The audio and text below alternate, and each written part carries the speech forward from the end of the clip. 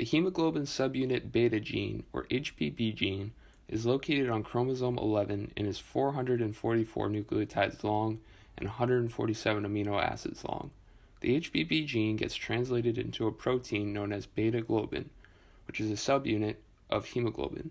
Hemoglobin is an iron-containing oxygen transport protein that is found in the red blood cells of all vertebrates and is necessary for the process of respiration.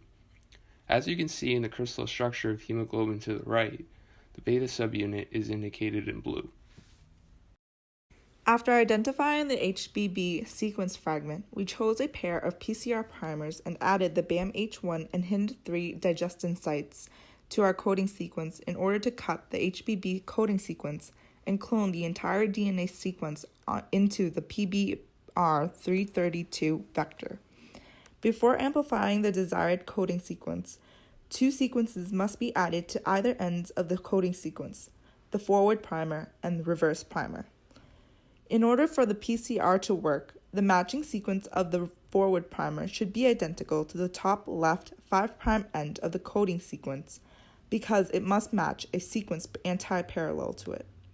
Similarly, the matching sequence of the reverse primer should be identical to the bottom right 3' end of the coding sequence. The matching sequence favors longer sequences due to the stability and specificity during amplification. Overall, the matching sequence should contain at least 10 C or G bases in order to ensure that the melting temperature is sufficiently high and number of hydrogen bonds make the anti-parallel bonding strong. In order to clone our gene, we first cut the HBB coding sequence with the two exonucleoses, the BAMH1 and HIN3, that cut outside the coding sequence.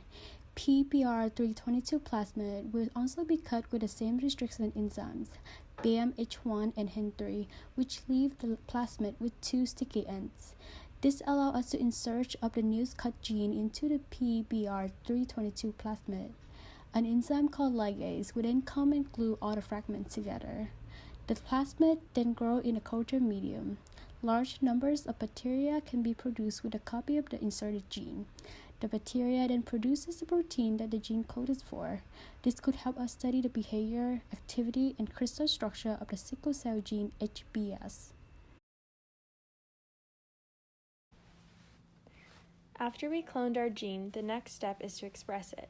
In order to do this, we had to search for our mRNA transcript in the NCBI gene bank.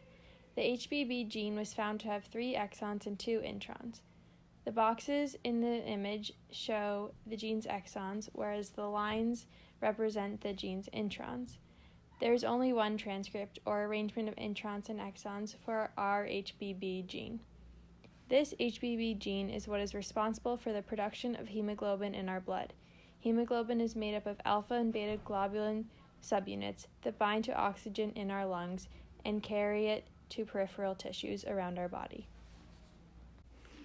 The expression of the gene was dependent on the presence of a lac operon modified as a switch that turns on the production of the cell. In order to initiate transcription of the gene, a promoter related to the lac operon was required to turn the cell on or off. Once the cell is turned on, the protein dissolved onto a gel with the addition of a dye stains the protein, allowing us to visualize the size of the protein as a dense band. However, the gel electrophoresis of our protein in E. coli is not representative of the protein size due to the presence of various E. coli proteins in the sample. The fusion of an E. coli tag, GST, which is approximately 26 kilodaltons long, with our protein yields an HBB and GST fusion protein that is approximately 42 kilodaltons in size. The resulting band indicates the approximate size of our expressed protein. Sickle cell anemia is caused by the red cell destruction. The sickle cells occurs due to the base substitution mutation, which changes an adenine to a thymine during DNA replication in the beta subunit. This ultimately affects transcription, which then messes up strangulation that causes valine is in the place of glutamate. HB gene now become HBS, or the mutated gene. The presence of valines affects the phenotype of normal red blood cells. The motor red blood cell have a round shape. When it releases oxygen, it returns to its normal round shape. When we have a sickle shape, we keep the names of sickle cell. After sickle hemoglobin releases oxygen, molecules stick together and form polymers, which can distort the cell structure. This distorted shape reduces oxygen carrying efficiency of red blood cells. They fail to move through the small blood vessel as well, blocking the local blood flow of tissue. Cells then don't get enough supply of oxygen that they are supposed to have. This results in pain and damages to organs. However, it's important to know that sickle cell anemia is a recessive trait. A person must inherit both alleles from two parents to actually have the disease. As a result, this event occurs extremely rare.